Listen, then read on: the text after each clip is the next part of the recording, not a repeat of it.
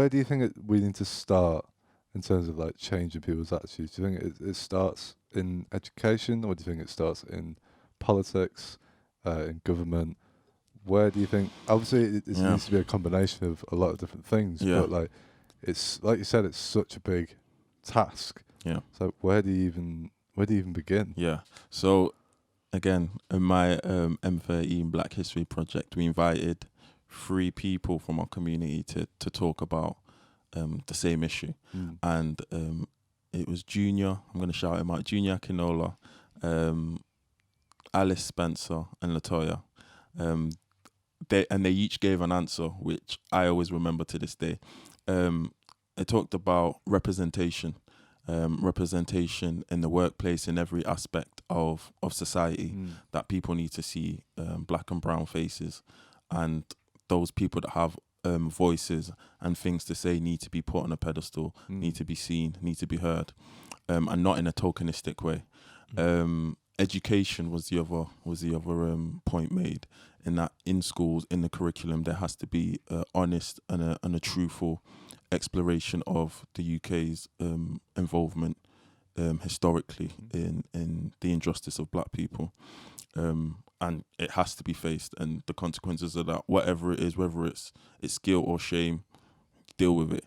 And the other one was to challenge. So when there are injustices, we have to be able to challenge and not just kind of internalize it and deal with it, but we shouldn't be afraid to challenge and to speak up against social injustice.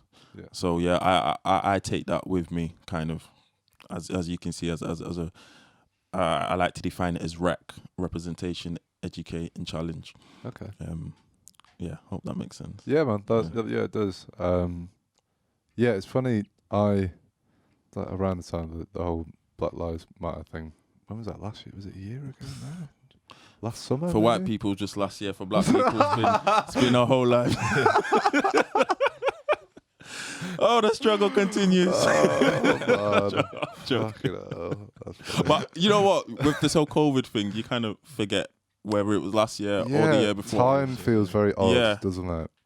I'm generally. I think it was last year when George Floyd. We were last, weren't we? Yeah, it was definitely during COVID, wasn't it? Yeah. But it encouraged me to do some further reading and what have you. And I thought I'd had like a pretty balanced education. Like you said, like you learn about the American civil rights. You do, learn about things, the horrible things in the Boer War and stuff. I was like, okay, I feel like I've had a pretty balanced education about what's going on. And then, like you said, like when you actually read in to like the British history of it's unbelievable that they don't even include it. Yeah, it's whitewashed. And it's horrible. Yep. It's really disgusting that they don't even. That it's not even considered. Okay, it's such a huge part of our history and our community, and like what. We're a nation of like a mix of loads of people from all over the world, and we're built on that. And even though some of it's horrible and dark, it's like we have to acknowledge that it happened. I think if society knew in general the history, it would then change how people would see current society. Yeah, definitely. You could see there was there's a backdrop as to why things are the way they are, and I think once people are educated, it would change the whole narrative. But yeah, I think like you say, it starts from top down. You talked about kind of political, doesn't start at politics. I think politicians and policies have to permit for those changes to happen in terms of education, and I'm a believer in educating people, because I think we're not born racist. We're taught to be racist, and in the same way, you can be taught not to be a racist. I had a white friend who he didn't understand the concept of being pro-black. He saw being pro-black as being anti-white, and we'd have loads of conversations.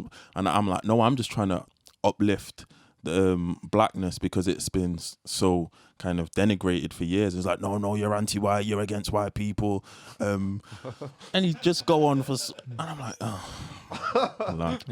and I mean, only after kind of the experience of George Floyd and him also being educated, he come up to me and was like, yo, I apologize. I understand now.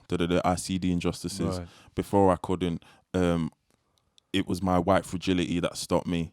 And I think, I mean, ultimately, I don't think we want a society of black and white people clashing heads. We want people to understand our struggle, stand with us, and to advocate for us, with us, against the evil, which is racism.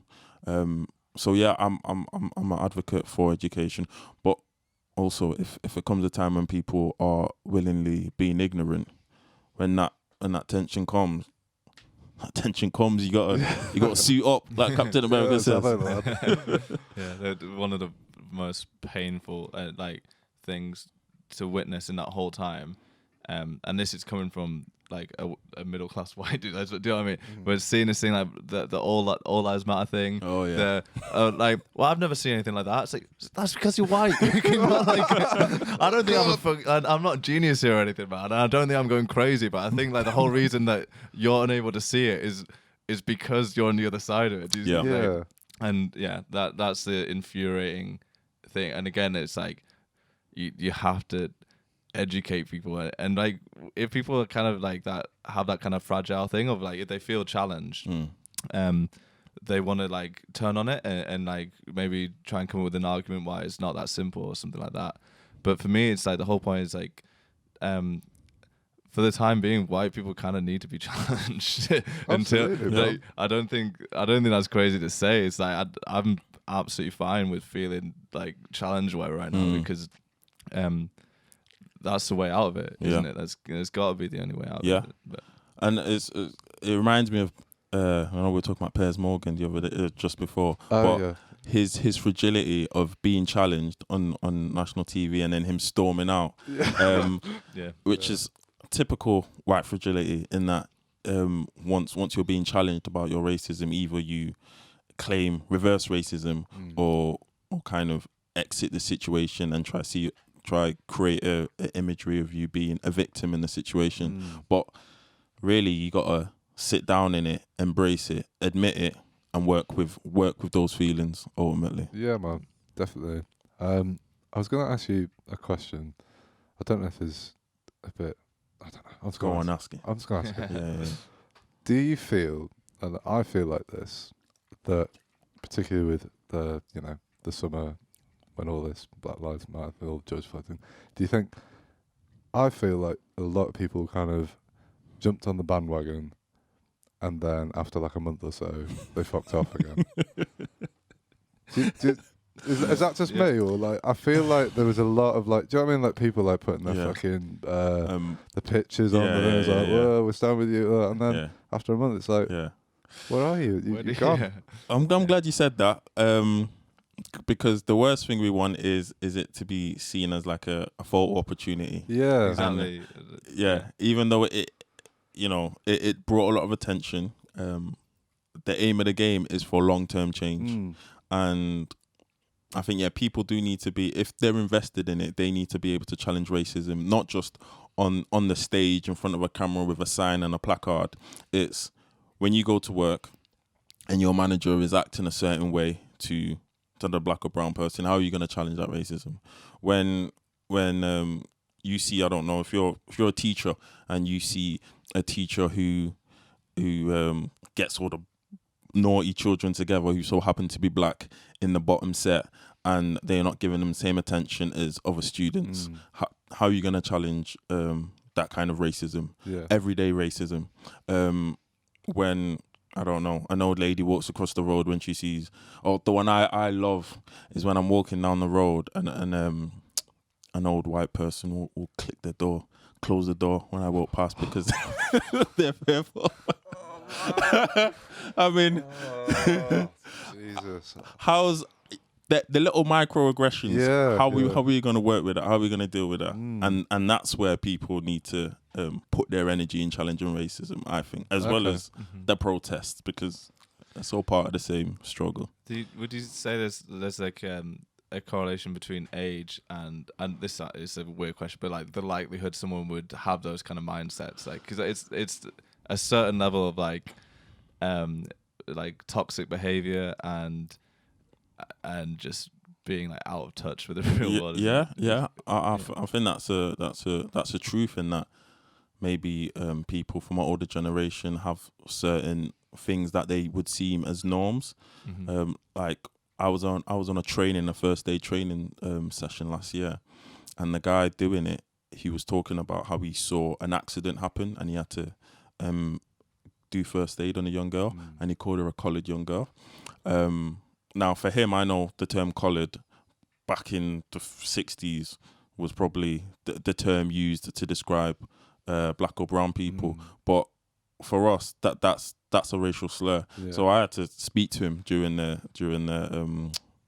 break, and I was like, that's, if you want to just call her black, don't call her collared. But yeah, there's definitely an age thing, but also you find that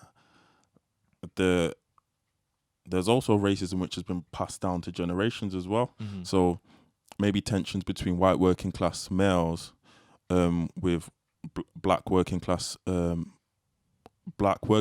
males as well, right. And how certain narratives have been pushed that the reason why white working class young males are in poverty is because black people, the immigrants, are taking your jobs, and that is also a narrative which has been passed down from kind of political government from the top down. So as well as it being an age thing, I also think it's also a politically charged narrative as well, and things that you find politicians, TV presenters also hold as well and push. Thank you for listening. Be sure to subscribe to the podcast to catch up on new episodes every week. Also, check us out on our Facebook and Instagram at RecRooms, where you can find out about our other exciting music series. We also have this and all our other episodes of the podcast up on our RecRooms YouTube channel for your viewing pleasure. See you next time.